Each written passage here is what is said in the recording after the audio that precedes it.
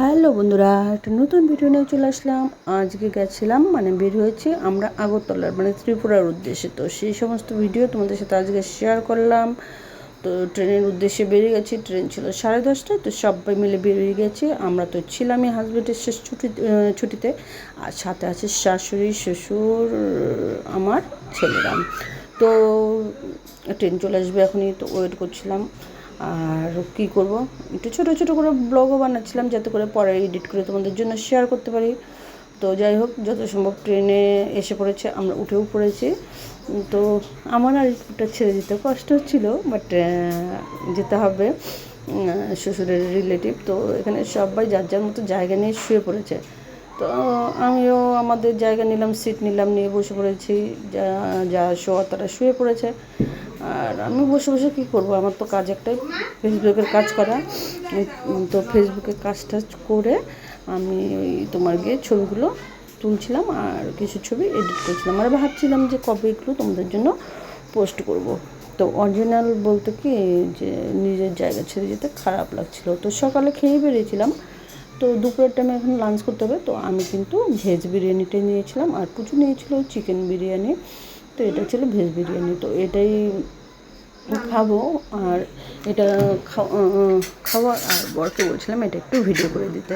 তো পুজো ওদিকে বসে গেছে, এ পাশে আমি বসে গেছি। তো বসে এটা তো খেয়ে তো ভালোই লাগছিল না, এতক্ষণ ট্রেনে থাকা একদম বিরক্তিকর ব্যাপার। একবার শুচ্ছে, একবার বসছে, একবার উঠছে, একবার দরজায় দাঁড়াচ্ছে। তো দরজায় দাঁড়ানোর প্রবলেম লোকের হচ্ছে, কারণ যেহেতু এসি চলছে, তো সেহেতু ওদের একটু প্রবলেম হয়। তো যাই হোক, কিচ্ছু করার নেই, তো এইভাবে করতে হবে। তো পুজো বলছে, মা আমি আর এটা খাবো না, আমারটা খাবো। এদিকে চিকেন আমার একদম অপছন্দ। তো আমি বলছি তুই যেটুকুনি পাস খা, আর না পাস তো ফেলে দেবো। তো খাচ্ছে। আর এই যে আসামে ঢুকে গেছি। তো খুব মনে পড়ছিলো জুবিনদার কথা, আর যার জন্য এই যে ব্রহ্মপুত্রের পাহাড়গুলো আমি তুলছিলাম। আর ব্রহ্মপুত্রেতে আমি কিছু একটা কাগজ নিয়ে গেছিলাম, সেটাতে জুবিনদাকে বলেছিলাম যে জুবিনদা, এটা আমি তোমার জন্য নিয়ে এসেছি, দুটো ফুল ছিল, তুমি এটা গ্রহণ করো আর আমার মাথা থেকে বেরিয়ে যেও, কারণ আমি অনেক দিন থেকে ঘুমাই না, আমার খুব কষ্ট হচ্ছিলো। 24 ঘন্টার মধ্যে কেন জানি না যে এটা কীভাবে আমাকে জড়িয়ে ধরছে, প্রচণ্ড হারে মনে পড়ে। তো আমি ওটা নিয়ে রেডি হয়েছিলাম, কাগজটা নিয়ে দরজার সামনে, কি আমি ওটা ব্রহ্মপুত্রতে বিসর্জন দেবো, দুটো ফুল সহ, যে জুবিনদার নামে।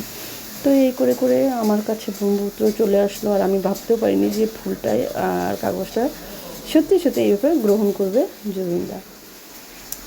আমি যখনই ব্রহ্মপুত্রের উপর দিয়ে যাচ্ছিলাম, তখন আমি তো যখন দিলাম, তখন এত সুন্দরভাবে যে জলে গিয়ে পড়লো কাগজটা আর ফুলটা, আমি জাস্ট হতবাক হয়ে গেছি। আর চোখ দিয়ে জল চলে আসছিলো, যে এই কোনো পাহাড়ি খুব পছন্দ করতো, এই গাছগুলো খুব পছন্দ করতো। আরও আছে কথা, সে যাই হোক। তো এই করে করে চলছে। আর জীবনকে বলছি যে ঘুরে নাও। আমিও খুব প্রকৃতি ভালোবাসি, আমার ভালোই লাগছিলো। আমি বসে কমই ছিলাম, আমি বাইরে ছিলাম, গরমের মধ্যে হলেও বাইরেই ছিলাম। আমি দেখছিলাম এই পাহাড়, নদী, এগুলোকেই। তো দুপুর টাইম হয়ে গেছে, 3টে, 3:30 বাজে, সবাই একটুখানি শুয়েছে, রেস্ট করছে। আমি এইদিকে বাইরে চলে এসেছি, আমার ভালো লাগছে এগুলো দেখতেই। আর জানি না কেন এই দরজায় দাঁড়িয়ে কেউ যখন ছিলই না, তখন বারবার বলছিলাম যে জুবিনদা, আমি তোমার শহরে এসেছি। এই যে সেই কাগজ আর ফুল বাড়ি থেকে নিয়ে এসেছিলাম লিখে, এটা আমি খুব সুন্দরভাবে ব্রহ্মপুত্রতে অর্পণ করতে পেরেছি। আর মনেও হচ্ছিলো যে গ্রহণ করেছে ব্রহ্মপুত্র, এই ফুলটা গ্রহণ করেছে। আর অবশ্যই যদি মানুষ বলে, যেহেতু আত্মা থেকে থাকে আর ফিলিংসও থেকে থাকে, তার সাথে দেখা না হোক, আমার কোনো না থাক, কিন্তু হয়তো সে সেটা বুঝতে পেরেছে যে হ্যাঁ, আমিও প্রচণ্ড জুবিনদাকে ভালোবাসি। অবভিয়াসলি খুব সে একটা ভালো গান করে বলে, তার জন্য আমি অবশ্যই ভালো মানুষ হিসেবে প্রকৃতিপ্রেমী বলে। তো আবার অলরেডি চলে আসলাম, আর কতক্ষণ দাঁড়িয়ে থাকবো, ভালো লাগছিল না, এই করে চলছে। আর যাদের বাড়ির উদ্দেশ্যে যাচ্ছি তারা এসেছিলো আমাদের বাড়িতে, তো বলেছিল বারবার করে যাওয়ার জন্য। আর আমার শ্বশুরের অ্যাকচুয়ালি ভাই হয়। তো পুজো বারবার খেলছিলো, লাজ্জা লাগছিলো, বন্ধ করছিলো। আমি বলছিলাম এগুলো করতে নেই, এগুলো তো তোমাদেরই, সরকারি জিনিস তো বেশিরভাগ আমাদেরই না, আমাদের ট্যাক্সের পয়সা দিয়েই তৈরি হয়। তো যাই হোক, পুজো নিজের ভিডিও বানিয়ে নিচ্ছিলো একটুখানি। আর এই মহিলাকে দেখো বেশ সুন্দর ঘুমিয়ে গেছে, কিন্তু মোবাইলটা এত সুন্দর করে ধরে রেখেছে, আমি ভেবেছিলাম দেখছে। প্রায় 2টো বাজে রাত্রে। তারপর ওনার ছেলে হবে কিছু মেয়ের জামাই এসে জাগিয়ে দিল। আর এটা ত্রিপুরাতে ঢুকে গেছি সকালবেলা, ভোরবেলা আর কি, 5টার মতো বাজে।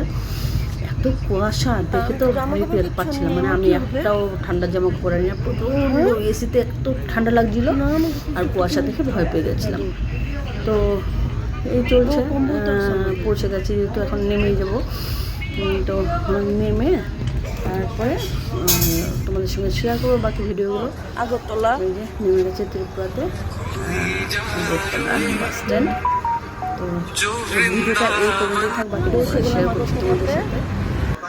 আগরতলা ভালোই লাগবে অবশ্যই তোমাদের, তোমরা দেখো, আশা করি খুব ভালো লাগবে। সেগুলো